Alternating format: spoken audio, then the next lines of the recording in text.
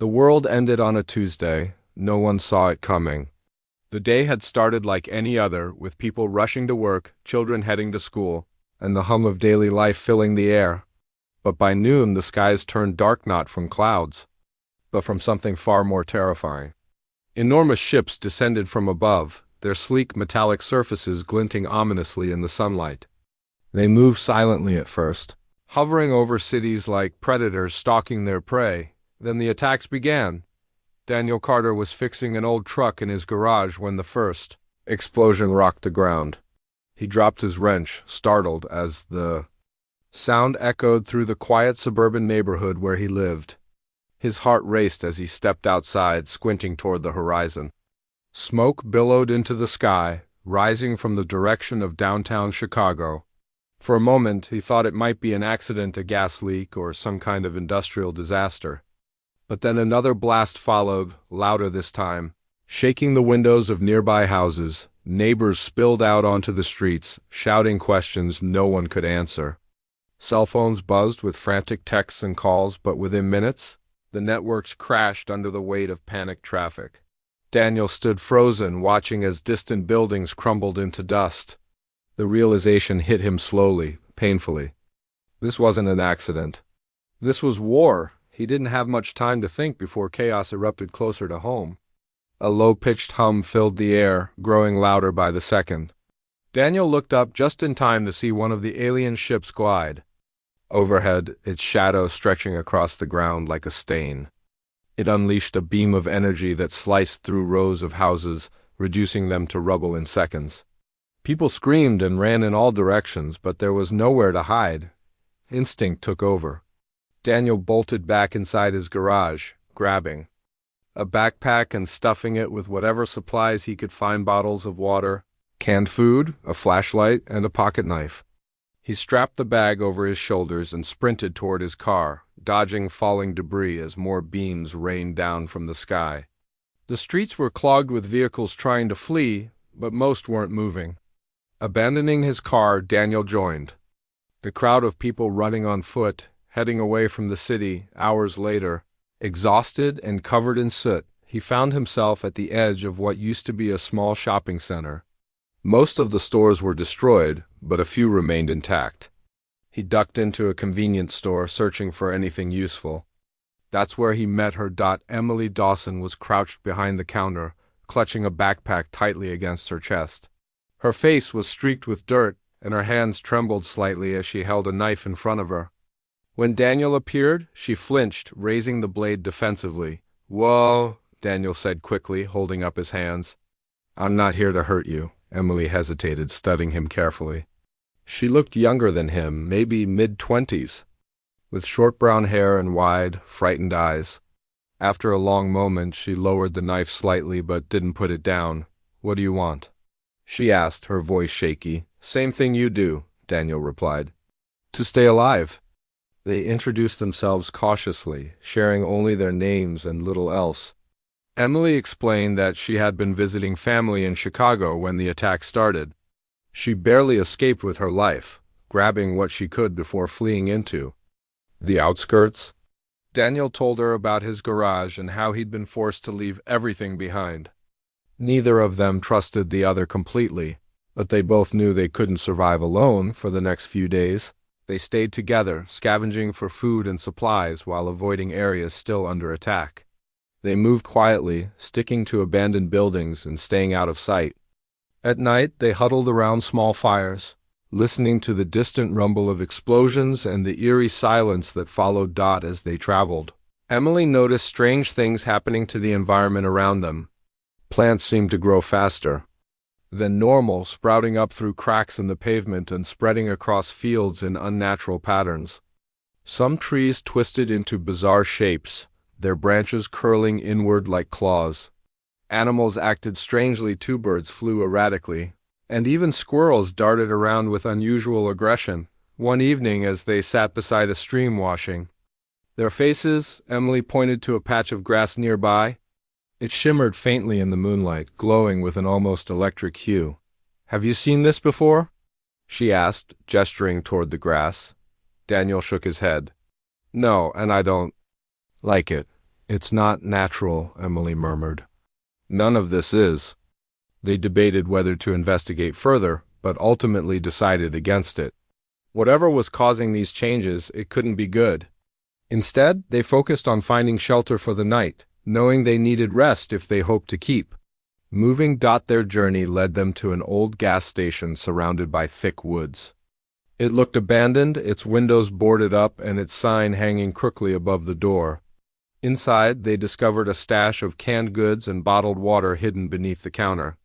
Someone had clearly used the place as a hideout recently. But whoever it was hadn't returned. This will do for now, Daniel said, setting down his pack. We can fortify it tomorrow. Emily nodded, though her expression remained uneasy.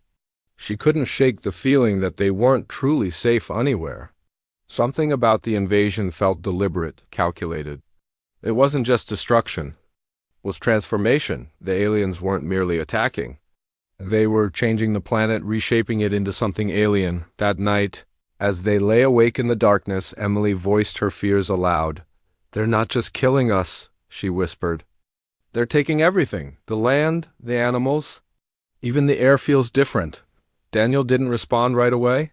He stared at the ceiling, thinking about everything they'd seen since the attack began. Finally, he spoke. We'll figure it out, he said firmly. Whatever they're doing, we'll stop them. But deep down, he wasn't sure if stopping them was even possible.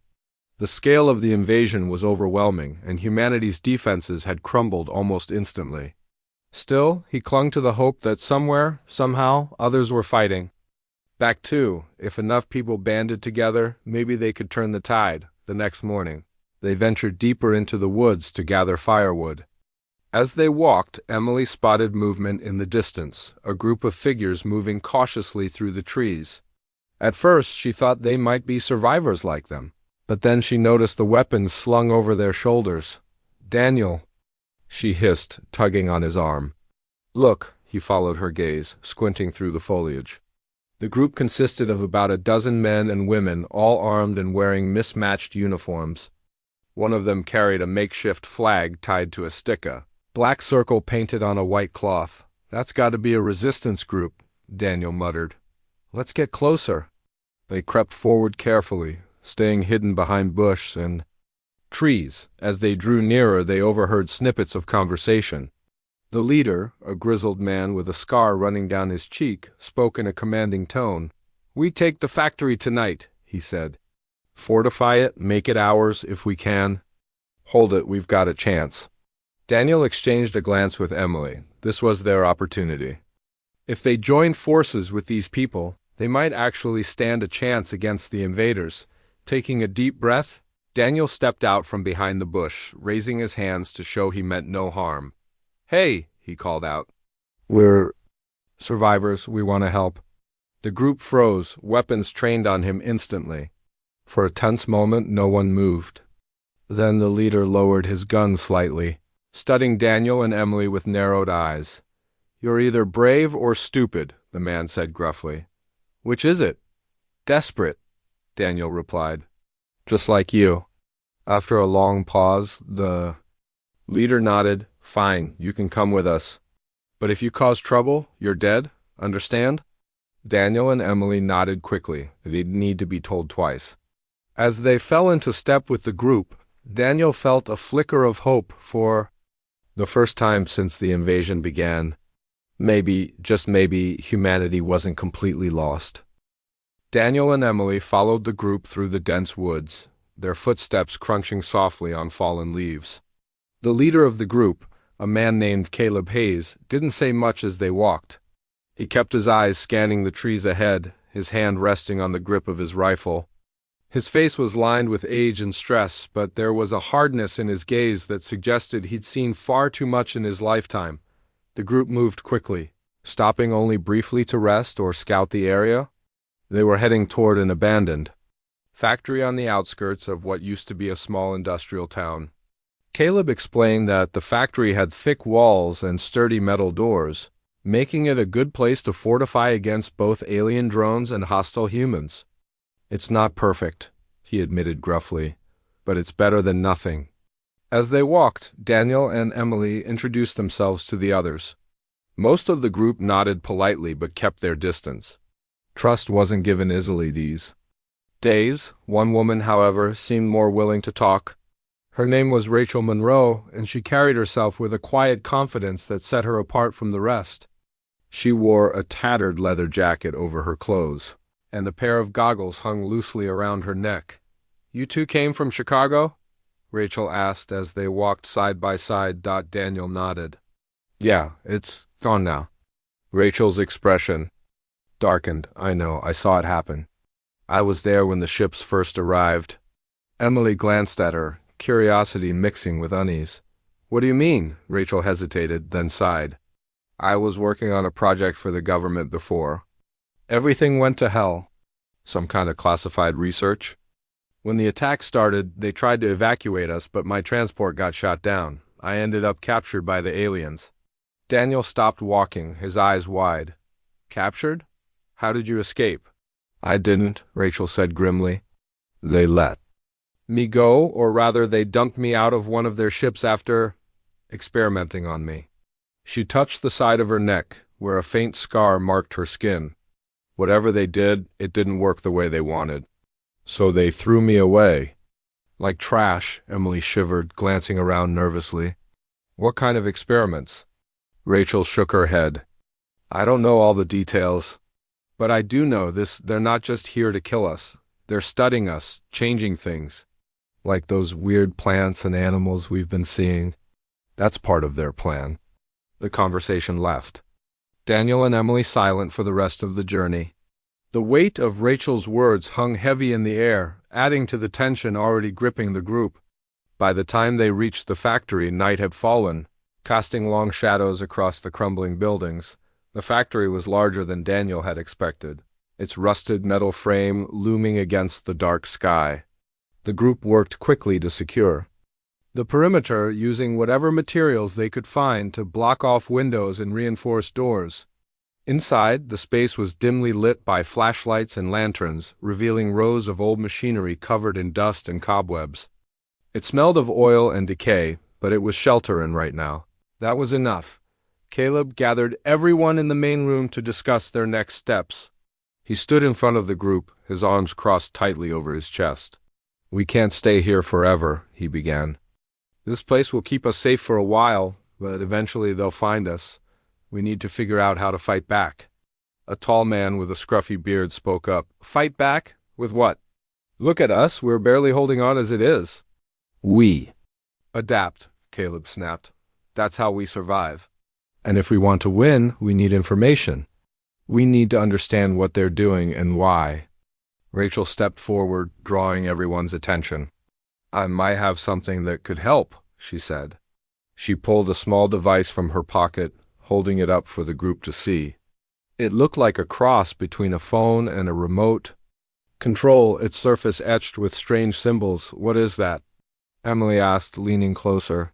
"It's alien tech," Rachel replied. "I managed to grab it during my escape.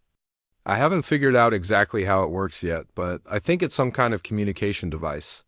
If we can crack the code, we might be able to learn more about their plans." Caleb studied the device carefully before nodding. "Good. Work on it. In the meantime, we focus on building our defenses. Everyone has a job, no exceptions." Over the next few days, the group settled into a routine. Some worked on fortifying the factory, while others scouted the surrounding area for supplies. Daniel volunteered to join the scouting teams, eager to contribute. Emily stayed behind to help Rachel decipher the alien device. Together, they pored over its intricate design, trying to make sense of the symbols and patterns etched into its surface. One evening, as they sat hunched over the device, Emily noticed something unusual. "Wait," she said, pointing to one of the symbols. "Doesn't that look like a tree?" Rachel frowned, leaning closer. "You're right. And this one, it looks like water. Maybe these aren't just random shapes. They could represent elements of Earth's environment. Or what they're doing to it," Emily added quietly. Her words sent a chill down Rachel's spine. She grabbed a notebook and began sketching the symbols, organizing them into categories based on their possible meanings. Slowly, a pattern began to emerge. The symbols seemed to correspond to different parts of the planet: forests, oceans, mountains, as well as specific actions: cutting, burning, harvesting. "They're terraforming," Rachel whispered, her voice trembling with realization. "But it's worse than that. They're not just reshaping the land, they're using it to power their machines. Every tree they cut down, every animal they kill, feeds directly into their technology." Emily stared at her, horrified. "So they're draining the planet dry?" "Exactly," Rachel said. "And if we don't stop them, there won't be anything left." The discovery weighed heavily on the group. Caleb called another meeting to share the news, his expression grim. "If what Rachel says is true, then we're running out of time. We can't just sit here and wait for them to finish. We need to hit them where it hurts." "But how?" asked the bearded man. "We don't have weapons strong enough to take them down. We target their infrastructure," Caleb replied. "Those towers we've seen, they're not just for show, they're part of their network. Knock out one tower, and we disrupt their entire system." The plan was risky, but it was the best chance they had. The group spent the next several days preparing for the mission. They scavenged for weapons, crafted makeshift explosives, and mapped out the location of the nearest signal tower. It was located deep within enemy territory, surrounded by patrols of alien drones and hybrid creatures. Getting close would be nearly impossible, but they had no other choice. On the morning of the mission, tension filled the air. The team assigned to the task consisted of Daniel, Rachel, and three others: a wiry young man named Jake, a former soldier named Marcus, and a quiet woman named Lisa. Caleb gave them a final briefing before they departed, his tone serious but steady. "Stick together," he said. "Watch each other's backs. And remember, if things go south, blow the charges and get out." Number: heroics. The team nodded, shouldering their packs and checking their weapons one last time. As they stepped out into the cool morning air, Emily approached Daniel, her eyes filled with worry. "Be careful," she said softly. "Please." He gave her a reassuring smile, though it didn't quite reach his eyes. "We'll be fine. Just, keep working on that device. We might need it soon." With that, the team set off, disappearing into the dense forest. The journey to the tower was slow and painstaking, requiring constant vigilance to avoid detection. Along the way, they encountered signs of the aliens' presence: blackened patches of earth, twisted remnants of trees, and eerie silence where wildlife should have thrived. By the time they reached the base of the tower, night had fallen. The structure loomed above them, its sleek surface pulsing faintly with an otherworldly light. Alien drones patrolled the area, their movements mechanical and precise. The team crouched behind a cluster of rocks, observing the scene carefully. "This is going to be tricky," Rachel murmured. "There are too many of them." "We'll split up," Daniel whispered. "Marcus and Lisa, you create a distraction. Draw them away from the tower. Jake and I will plant the charges. Rachel, you stay here and cover us." The others nodded, their faces tense but determined. Marcus and Lisa slipped away silently, moving toward a nearby ridge where they planned to start a fire. Minutes later, flames erupted, drawing the attention of the drones. As the machines turned to investigate, Daniel and Jake sprinted toward the tower, keeping low to avoid detection. Planting the explosives was harder than they anticipated. The tower's surface was smooth and resistant, forcing them to use drills to create anchor points for the charges. Sweat dripped down Daniel's face as he worked, his hands trembling slightly from exhaustion. Behind him, Jake kept watch, ready to sound the alarm if any drones returned. Finally, the charges were in place. "Let's move," Daniel hissed, grabbing Jake's arm and pulling him back toward the rendezvous point. But as they ran, the ground beneath them began to tremble. A deep, guttural roar echoed through the air, sending chills down their spines. "What was that?" Jake whispered, his voice shaking. Before Daniel could answer, a massive creature emerged from the shadows. It was unlike anything they'd ever seen, a grotesque hybrid of human and alien features, its body covered in jagged scales and its eyes glowing with cold intelligence. It let out another deafening roar, charging toward them with. The victory at the signal tower was short-lived. The Iron Roots celebrated their success quietly, but the mood in the factory remained tense. The ground near the fallen tower continued to pulse faintly, as if the earth itself was alive and angry. Strange occurrences became more frequent. Plants grew unnaturally fast. Animals behaved erratically, and storms brewed without warning. Emily spent hours studying these changes, her mind racing with theories. It's like the planet is fighting back, she muttered one evening, scribbling notes in a battered notebook. Daniel sat nearby, cleaning his rifle. He glanced up at her, frowning. Fighting back against who? He asked. Us or them? Both, Emily replied. The aliens are draining Earth's resources to fuel their machines, but they're also altering its ecosystems. It's like they don't care what happens to the planet as long as they get what they need. And now the planet is pushing back, Rachel added, joining the conversation.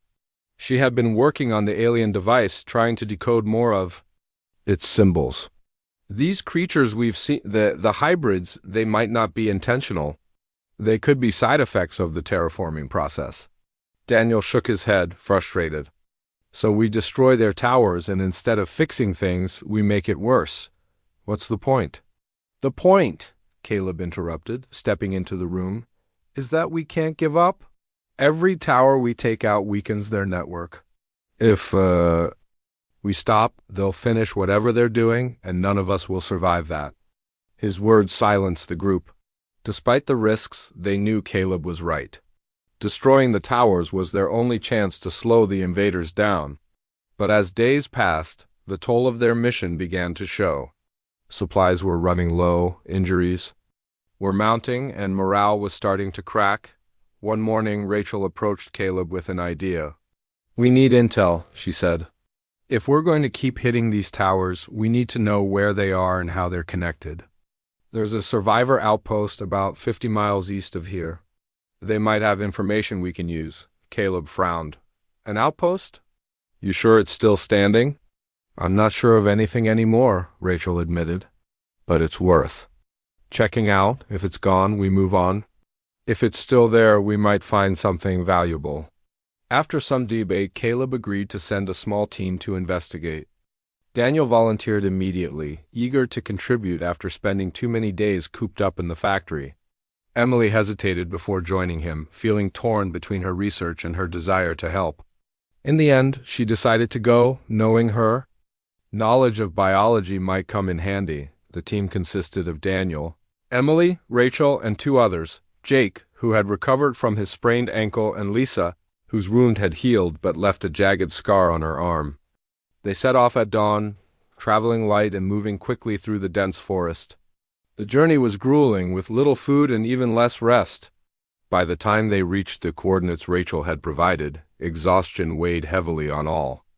Of them, the outpost was nestled in the remains of a small town, its buildings crumbling and overgrown with mutated vegetation. At first glance, it appeared abandoned, but as they moved closer, they noticed signs of recent activity, footprints in the dirt, discarded supplies, and faint trails of smoke rising from a nearby building. This place is alive, Daniel whispered, gripping his weapon tightly. Stay sharp. They crept forward cautiously, scanning the area for threats. Suddenly, a figure emerged from behind a pile of rubble, a man holding a rifle, his face gaunt and weary. He raised his weapon instinctively, but Rachel stepped forward, her hands raised in surrender. Wait, she called out. We're survivors. We're not here to hurt you. The man hesitated, lowering his gun slightly. Who sent you? No one, Rachel replied. We're looking for information about the towers. The man studied them for a moment before nodding. Come with. Oh, May. He led them to a makeshift shelter hidden beneath the ruins of an old school. Inside, a small group of survivors huddled around a fire, their faces hollow and haunted. They introduced themselves as members of a resistance cell that had been operating in the area before being forced underground. Their leader, a woman named Sarah, greeted the newcomers warily. We heard about your attack on the tower, Sarah said. It caused quite a stir among the patrols. But it also made things unstable. What do you mean? Emily asked. Sarah gestured toward the window, where the sky outside churned with dark clouds. Since the tower fell, the land around it has been changing faster than ever. Plants are growing uncontrollably, animals are mutating, and the weather is getting worse. Whatever those towers were doing, they were keeping something in check. Rachel nodded grimly. That matches what we've seen. But we can't stop now. If we don't take out the rest of the towers, the aliens will finish their work. Sarah sighed. Even if you succeed, you might not like what comes next. This planet is dying and we're running out of time to fix it. Despite the grim outlook, the outpost provided valuable information. They shared maps detailing the locations of other towers and offered tips on navigating the increasingly hostile terrain. Before leaving, Sarah handed Rachel a small data chip. This contains everything we've learned about the aliens' operations, she explained. It's not much, but it might help. The return journey was even harder than the trip to the outpost. The weather worsened, with violent storms lashing the landscape and making travel nearly impossible. Mutated creatures roamed freely, their behavior becoming more aggressive by the day. The team barely slept, constantly on edge as they pushed forward. On the third night, disaster struck. A pack of hybrid wolves attacked their camp, forcing them to flee into the woods. In the chaos, Lisa tripped and fell, twisting her ankle badly. The others helped her to safety, but they were forced to abandon most of their supplies in the process. By the time they reached the factory, they were battered and bruised, their spirits crushed by the relentless challenges they had faced. Caleb listened intently as they recounted their findings, his expression growing darker with each word. So the towers aren't just controlling their network, they're stabilizing the planet? He asked, pacing back and forth. And taking them down makes things worse? That's what it looks like, Rachel confirmed. But we don't have a choice. If we stop now, the aliens win. And if we keep going, the planet dies anyway. Emily added quietly. For the first time since forming the group, Caleb seemed uncertain. He turned to the others, seeking their input. Opinions were divided. Some argued that survival should be their priority, while others believed humanity had a duty to fight for its future. In the end, Caleb made the decision. We'll hit the next tower, he said firmly. But we'll prepare better this time. We'll fortify the factory, gather more supplies, and plan for every possible scenario. If this is our last stand, we'll make it count. As preparations began, tensions within the group escalated. Caleb's leadership style clashed with Rachel's more analytical approach, leading to heated arguments. Emily struggled to focus on her research, haunted by the thought that their actions might be hastening Earth's collapse. Even Daniel, usually calm under pressure, found himself snapping at others during training exercises. Amid the chaos, Rachel discovered something alarming in the data chip Sarah had given them. Hidden deep within the files was a map showing a massive facility buried beneath the ruins of New York City. According to the notes, it served as the central hub for the alien network, controlling all the signal towers across the globe. This is it, Rachel said, showing the map to Caleb. If we can destroy this hub, we can shut down their entire system. Caleb studied the map carefully, his jaw tightening. It's a suicide mission. The place will be crawling with drones and hybrids. It's our only shot, Rachel insisted. If we pull it off, we cripple their operation permanently. After much deliberation, Caleb agreed. A small team would infiltrate the facility while the rest of the group created diversions to draw enemy forces away. Daniel, Emily, and Rachel volunteered immediately. Knowing the stakes were too high to sit idly by the night before the mission, the group gathered in the main room of the factory. Morale was low, but determination burned in their eyes. Caleb addressed them one last time, his voice steady despite the weight of what lay ahead. We've lost so much, he said. Our homes, our families, our way of life. But we haven't lost hope. Tomorrow we strike back, not just for ourselves, but for everyone who didn't make it this far. No matter what happens, remember this. We fought. And that's something no one can take away from us. As the room fell silent, Daniel reached for Emily's hand, squeezing it gently. She looked at him, her eyes filled with fear and resolve. For the first time in weeks, they allowed themselves a moment of quiet connection, Drawing strength from each other in the face of uncertainty. The next morning, the team set off toward New York, their hearts heavy but their resolve unshaken. They knew the odds were against them, but they also knew they couldn't turn back. Humanity's fate rested in their hands, and they were ready to face whatever came next. The journey to New York was a nightmare. The team traveled through barren landscapes, their path littered with the remnants of humanity's once thriving civilization. Buildings lay in ruins, their skeletal frames jutting out like broken teeth. Against the horizon, rivers ran black with oily residue, and the air carried a metallic tang that made breathing uncomfortable. The ground beneath their feet pulsed faintly in places, as if the earth itself was alive and angry. Daniel led the group, his eyes scanning the terrain for threats. Emily followed close behind, clutching her backpack tightly. Inside were samples. She had collected along the way mutated plants, strange rocks, anything that might help her understand what was happening to the planet. Rachel brought up the rear, her alien device clutched in one hand and a rifle slung over her shoulder. She had been quiet for most of the trip, her mind focused on deciphering the map and planning their approach to the central hub. As they neared the outskirts of New York, the environment grew even more hostile. The air was thick with ash, and the sky remained a perpetual shade of gray. Towering structures loomed ahead, their surfaces cracked and crumbling. Alien drones patrolled the area, their mechanical whirring echoing through the empty streets. Hybrids roamed freely, their grotesque forms blending human and animal features in ways that made Daniel's stomach churn. "This place is worse than the others," Jake muttered, his voice barely audible over the wind. "It feels wrong." "It's the hub," Rachel replied grimly. "This is where everything connects. Whatever they're doing to Earth, it's concentrated here." They set up camp in the shadow of a collapsed skyscraper, using debris to shield themselves from prying eyes. Night fell quickly, plunging the city into darkness. The only light came from distant fires burning unchecked in the ruins. The team, huddled together, sharing a small meal of canned beans and stale bread, no one spoke much. The weight of what lay ahead pressed down on them all. The next morning, they began their infiltration. The plan was simple but risky, split into two groups. One would create diversions near the outskirts of the city, drawing enemy forces away from the central hub.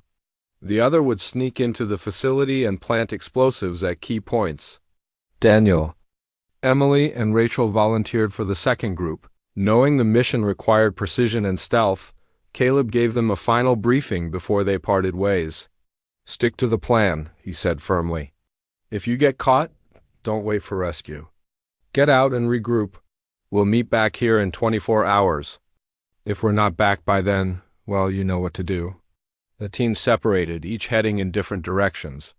Caleb's group moved first, setting off explosions in abandoned buildings to draw attention. The sound of collapsing structures echoed through the city, followed by the unmistakable hum of alien drones converging on the source. It worked the patrols thin near the hub, giving Daniel's group a narrow window to slip inside. The entrance to the facility was hidden beneath a pile of rubble, accessible only through a narrow tunnel that sloped downward into darkness. Rachel used the alien device to disable the lock, its symbols glowing faintly as she manipulated its controls. Once inside, they found themselves in a labyrinthine complex filled with humming machinery and pulsating energy conduits. "This place is massive," Emily whispered, her voice trembling. "How are we supposed to find the core?" Rachel studied the map again, tracing their route with her finger. "We need to head deeper. There should be a central chamber controlling everything." They moved cautiously, sticking to the shadows, and avoiding patrols of hybrid creatures. The deeper they went, the stranger the facility became. Walls shimmered with an iridescent glow, and the air grew colder, almost suffocating. Strange noises echoed through the corridor's low growls, metallic scraping and an occasional high-pitched whine that made their ears ring. At one point, they came across a room filled with glass tanks. Inside were twisted forms suspended in a greenish liquid, part human, part alien. Tubes connected them to machines that monitored their vital signs, feeding data into a central console. Emily froze, staring at the tanks in horror. "They're experiments," she murmured. "Testing how far they can push biology." "Keep moving," Daniel urged, pulling her away. "We don't have time to stop." Finally, they reached the central chamber. It was a vast, domed space dominated by a towering structure at its center, a pulsating mass of organic material intertwined with alien technology. Energy surged through it in waves, lighting up the room with an eerie glow. Conduits branched out from the core, connecting to smaller hubs scattered throughout the facility. "This is it," Rachel said, her voice tight with awe. "If we destroy this, we shut them down completely. But how?" Daniel asked, looking around. "There's no obvious weak point." "We overload it," Rachel replied. "The explosives will trigger a chain reaction. But we need to plant them carefully or it won't work." They divided the task, working quickly to place charges at strategic points around the core. Emily handled the wiring, her hands steady despite the fear coursing through her veins. Daniel kept watch, ready to shoot anything or anyone that approached. Rachel coordinated their efforts, ensuring they covered every angle dot as they worked. The facility began to react. Lights flickered and the hum of machinery grew louder. Alarms blared, piercing the silence with sharp, rhythmic bursts. They weren't alone anymore. "Move faster!" Daniel shouted, raising his weapon as the sound of footsteps echoed in the distance. Moments later, hybrids burst into the chamber, their glowing eyes fixed on the intruders. Daniel fired first, taking down one creature with a clean shot to its chest. Rachel joined him, her rifle barking as she aimed for the larger threats. Emily crouched behind a console, finishing the last connection while chaos erupted around her. "We're done," she yelled, scrambling to her feet. "Let's go." They retreated toward the exit, pursued by a horde of hybrids and drones. The facility shook violently as the charges detonated, sending shockwaves rippling through the complex. Pieces of the ceiling collapsed, forcing them to dodge falling debris. Smoke filled the air, making it hard to see. Just as they reached the tunnel leading outside, Daniel realized Rachel wasn't with them. He turned back, searching frantically through the haze. There she was, kneeling beside a fallen conduit, her face pale but determined. "I'm staying," she said, her voice firm. "I need to make sure this works." "No," Daniel shouted, grabbing her arm. "You're coming with us." "There's no time," Rachel snapped, pulling away. "Go, get Emily out of here." Before he could argue further, she triggered the final charge, sealing off the tunnel behind her. The explosion knocked Daniel and Emily off their feet, sending them tumbling into the open air. They landed hard on the ground outside, coughing and gasping for breath as the facility collapsed behind them. Back at the rendezvous point, Caleb's group waited anxiously. When Daniel and Emily stumbled into view, battered and bloodied but alive, relief washed over everyone. But their joy was short-lived. They knew Rachel hadn't made it. She stayed behind. Daniel said hoarsely, his voice breaking. "She saved us," Caleb nodded solemnly, his jaw clenched tight. "She knew the risks. Let's honor her sacrifice by finishing what she started." As they regrouped, the effects of the destroyed hub became apparent. The skies above New York cleared slightly, revealing patches of blue amidst the clouds. The pulsing ground grew still, and the unnatural growths began to recede. For the first time in months, there was a sense of calm, not peace, but a brief respite from the relentless chaos. But the victory came at a cost. The aliens' network was crippled, but their presence remained. Patrols continued, though less frequent, and the hybrids roamed freely, driven by instincts beyond comprehension. The planet itself seemed to mourn, its wounds raw and festering. As the group prepared to move on, Emily looked back at the ruins of the city, tears streaming down her face. "We did what we had to do," she said softly. "But I don't think Earth will ever forgive us." Daniel placed a hand on her shoulder, offering what little comfort he could. "Maybe not. But we gave it a chance. That's all we could do." Together, they walked away from New York, leaving behind the ashes of their battle. Ahead of them lay an uncertain future, but they faced it with determination. Humanity had been pushed to the brink, but it refused to fall. Not yet, not ever. The days that followed the destruction of the central hub were a blur of exhaustion and uncertainty. The iron roots moved cautiously through the remnants of New York, their bodies battered but their spirits stubbornly intact.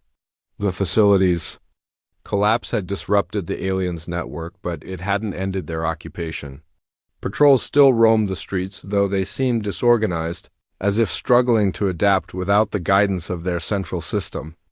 Hybrids prowled freely, their behavior more erratic than before, attacking anything that moved. Daniel and Emily walked side by side, their steps slow but steady. They spoke little, each lost in their own thoughts.